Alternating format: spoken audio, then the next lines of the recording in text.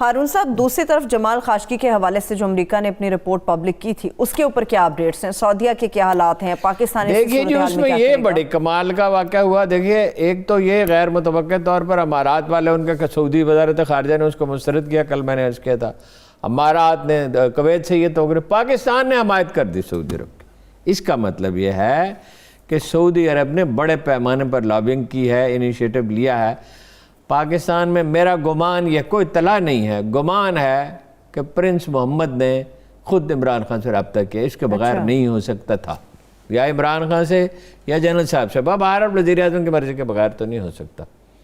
یہ یعنی رات کو جب ہمارا پروگرام ختم ہو چکا تھا، اس وقت جو ہے یہ بیان آیا ہے پاکستان کی طرف سے، تو اس کے یہ اچھا ہے، بہرحال تعلقات میں یعنی بہتری آنے کے امکان ہے۔ وہاں جو جابز ختم ہونے کا خطرہ تھا، کم ہونے کا تھا، ختم ہونے کا تو خیر سوال ہی نہیں، ان کی اکانومی اس کی متحمل ہی نہیں ہو سکتی، تو وہ خطرہ ٹل گیا، مزید جابز پیدا ہو سکتی ہیں، وہ آئل ریفائنری پہ کام شروع ہو جائے گا گوادر میں۔ ٹھیک تو بڑا خوش آئند ہے پاکستان کے لیے۔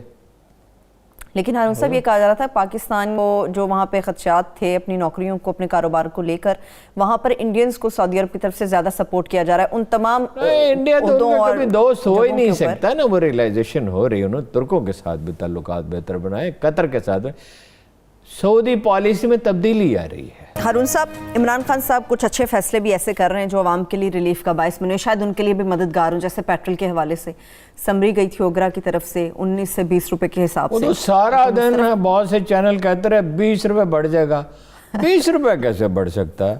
سینٹ کے الیکشن ہونے والے ہیں، ریسنٹلی پرائز بڑھی ہے، سوال ہی پیدا نہیں ہوتا، پرائس میں اول تو اضافہ ہوگا نہیں، ہوگا تو فوری طور پہ نہیں ہوگا، اور جب بھی ہوگا تو 20 روپے نہیں کہ انٹرنیشنل مارکیٹ میں فیول کی پرائس بڑھ رہی ہے، اس کا وقت ہم نے کھو دیا، گیس کا تو خدا کر کے سمجھوتا ہو گیا ہے، فیول کا یہ ندیم بابر وغیرہ کو اللہ عقل دیتا، سوجھ بوجھ عطا کرتا اور کوئی کمٹمنٹ ان کی ہوتی تو فیول کا تو 30-35 نہیں تو $40 پہ معاہدہ ہو سکتا تھا لانگ ٹرم۔ اس وقت تو دیکھیں جب وائرس شروع ہوا ہے، کرونا وائرس کی جلغار ہوئی ہے، تو پٹرول کا تو خریدار ہی کوئی نہیں تھا، اور پرائسز اتنی گر گئی تھیں، ناقابل یقین تک آپ نے بیان کیا تھا کہ کیا جا سکتا فائدہ اٹھایا جا سکتا۔ اس وقت ہم نے کہا تھا کہ بھئی دس از دا ٹائم، تو کامن سینس کی بات ہے، اس کے لیے کوئی بڑا ایکسپرٹ ہونے کی ضرورت نہیں ہے۔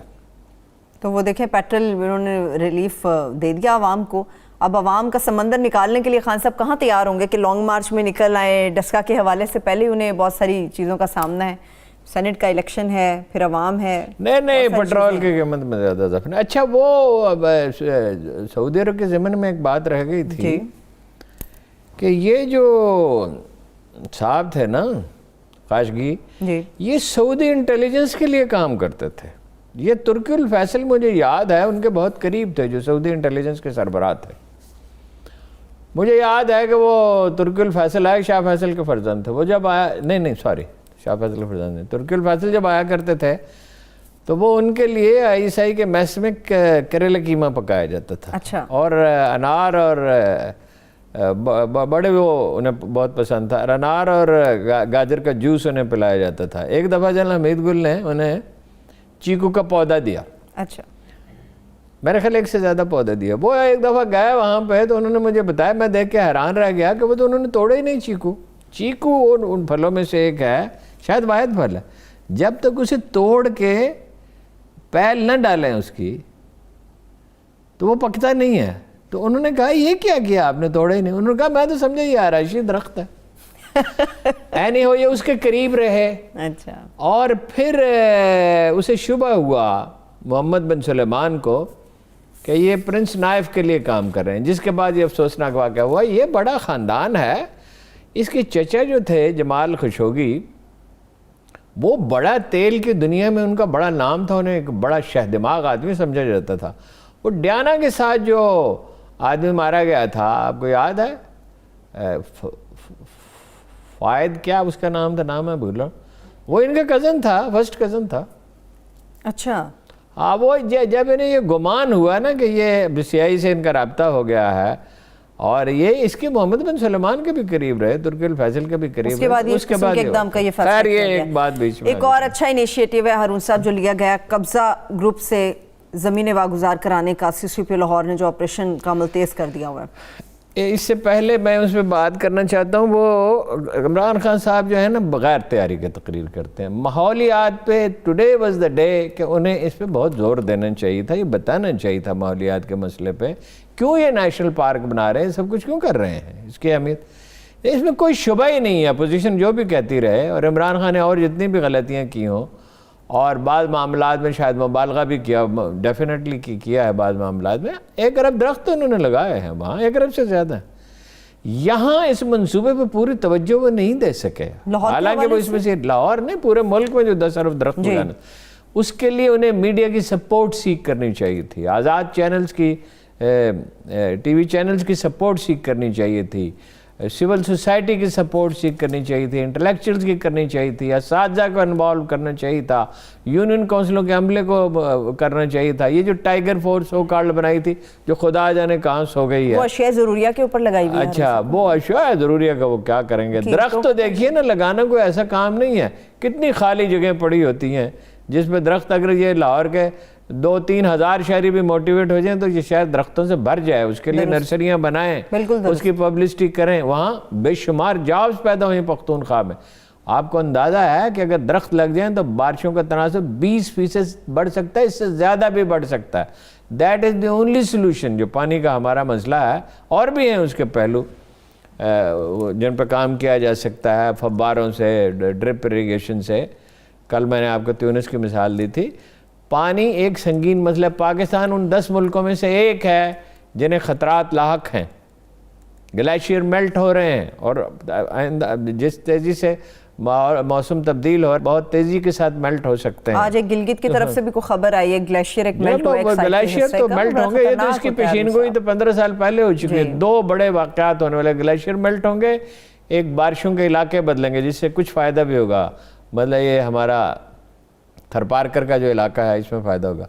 تو اس پہ انہیں پلاننگ کرنی چاہیے، کسی ذمہ دار آدمی کو یہ کام سونپنا چاہیے. لیکن ہارون صاحب کچھ بھی کہ کریڈٹ جاتا ہے کہ انہوں نے قوم کو بتایا، ماحول بھی کوئی چیز ہے. بتایا ہے، کام بھی تو کریں. بتایا بڑا اچھا کیا، پرائرٹیز میں رکھا، اس کو اچھی بات ہے. اچھا یہ جو قبضہ گروپوں کا آپ نے کہا، تو یہ پچھلے CCP جو ہیں کام تو وہ بھی کرنا چاہتے مگر انہوں نے ادھر ادھر الجھ کے معاملہ خراب کر لیا، اور اپنی اصل ترجیح کی بجائے آئی جی سے الجھنے لگے، ماتحتوں سے الجھنے لگے، اور تقریریں کرنے لگے اور دعوے کرنے لگے. نئے CCP نے حیرت انگیز طور پر خاموشی سے کام کیا ہے. خالد محمود ہوگر ان کا نام، جی غلام محمود ہوگر. یہ بہت کام کیا ہے قبضہ گروپوں کے خلاف، اور کوئی پبلسٹی مانگر نہیں بنے اور اپنی تشہیر پہ اتنی توجہ نہیں دی جتنے کام پہ کیا.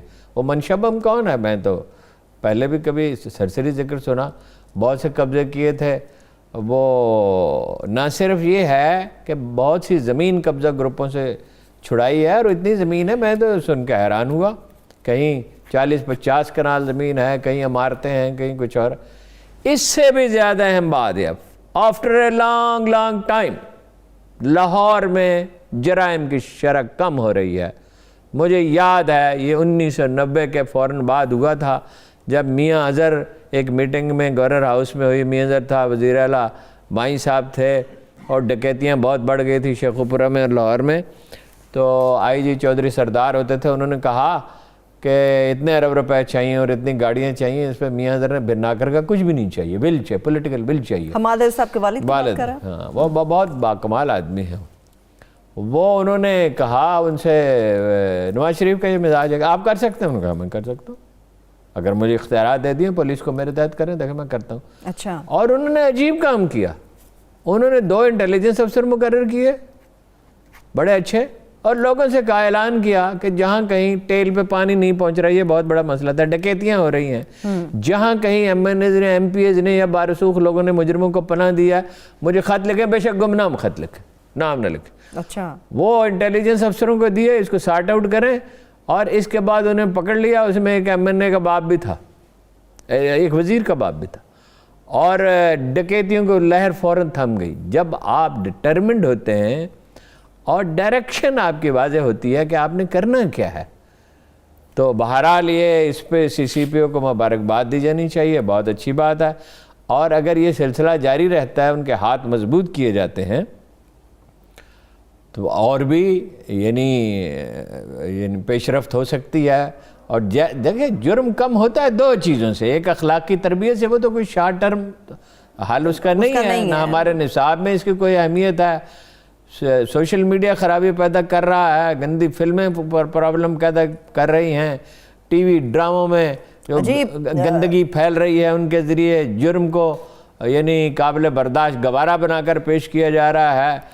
اور بے روزگاری تو ہے ہی اپنی جگہ پہ, فرسٹریشن ہے نئی نسل میں, کھیل کے میدان نہیں ہے. لیکن بہرحال ان حالات میں اگر ایک سی سی پی او یہ کر سکتا ہے تو دوسرے بھی کر سکتے ہیں. ٹھیک ہے, یہی کام فیصل آباد میں بھی ہو سکتا ہے, گجرانوالہ میں بھی ہو سکتا ہے, ملتان میں بھی ہو سکتا ہے, سرگودا میں بھی ہو سکتا ہے, قصور میں بھی ہو سکتا ہے, اور شیخوپورہ جو جرائم بنا ہوا ہے وہاں بھی ہو سکتا ہے. آخری سوال ہارون صاحب, آپ نے کہا تھا انہی دنوں میں کوئی نئی پولیٹیکل پارٹی کی بنیاد رکھی جا رہی ہے. دیکھیے اس پہ صلاح مشورے ہو رہے ہیں. If not a political party تو ایک پریشر گروپ بنے گا. مجھ سے بھی کچھ لوگوں نے رابطہ کیا تھا, میں نے کہا مجھ میں تو سکت نہیں ہے اب, لیکن یہ ہے کہ لانگ ٹرم پلاننگ کریں, ایجنڈا مرتب کریں. سول سروس کیسی ہونی چاہیے, ایگریکلچر کیسی ہونی چاہیے, یہ پٹوار کا مسئلہ کس طرح حل ہو, پولیس نئی کس طرح تشکیل دی جائے, زراعت کے لیے کیا کیا جائے. اس میں جن لوگوں کا نام لیا جا رہا ہے اس میں ایک میں آپ کو بتا دیتا ہوں, اپنا ہارون خواجہ صاحب کا نام لیا جا رہا ہے, حالانکہ ابھی ان سے رابطہ نہیں کیا لوگوں نے. ٹھیک ہے, تو یہ کوئی ہے یعنی یہ فوری الیکشن کے لیے نہیں, اگلے الیکشن کے لیے نہیں, ممکن ہے اس میں اس وقت تک کوئی ڈھانچہ بن جائے, مگر یہ اس میں غور و فکر ہو رہا ہے.